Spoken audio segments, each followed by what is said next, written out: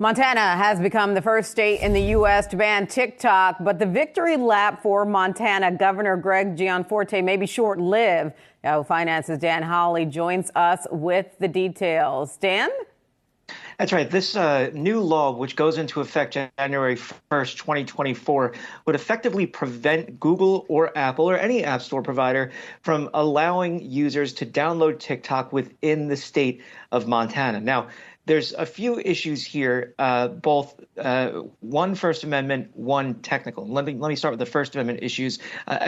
Experts that I spoke to basically said that blocking the app entirely would violate Montanans' First Amendment rights to free speech. And essentially they say that that's because they're seeking a broad means without trying to first go ahead and provide a narrower means of attacking this problem that they say exists, the idea that China is siphoning American user data from TikTok. Now, the experts that I spoke to said that a more clear response than just banning TikTok outright would be to set up some kind of national privacy data legislation. So that's something that would be narrower. It wouldn't include banning an app that 150 million Americans use, and it would still allow Google and Apple to provide the app.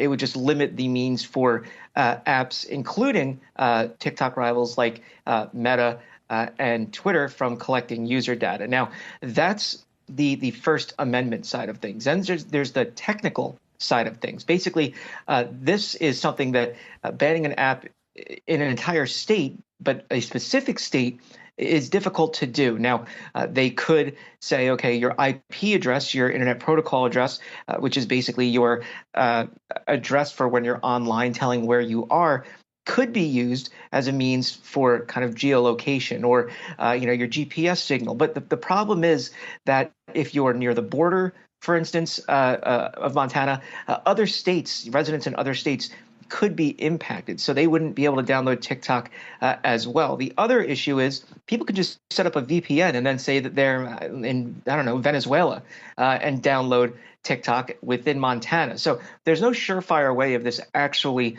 seeming to work. The other problem is Apple and Google would be on the hook. It would be $10,000 per violation. So anytime a person downloads TikTok, once this goes into effect, Apple and Google would have to pay $10,000 and then an additional $10,000 for each day the violation continues. So they could rack up millions of dollars in fines here because of the app itself. Now, overall, it doesn't seem like this is going to hold water under scrutiny. There's already a lawsuit being filed by some residents in Montana who are seeking to nullify this law.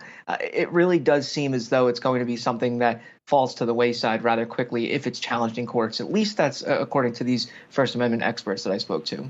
All right. Well, we will have to see. Dan Hawley, thanks so much.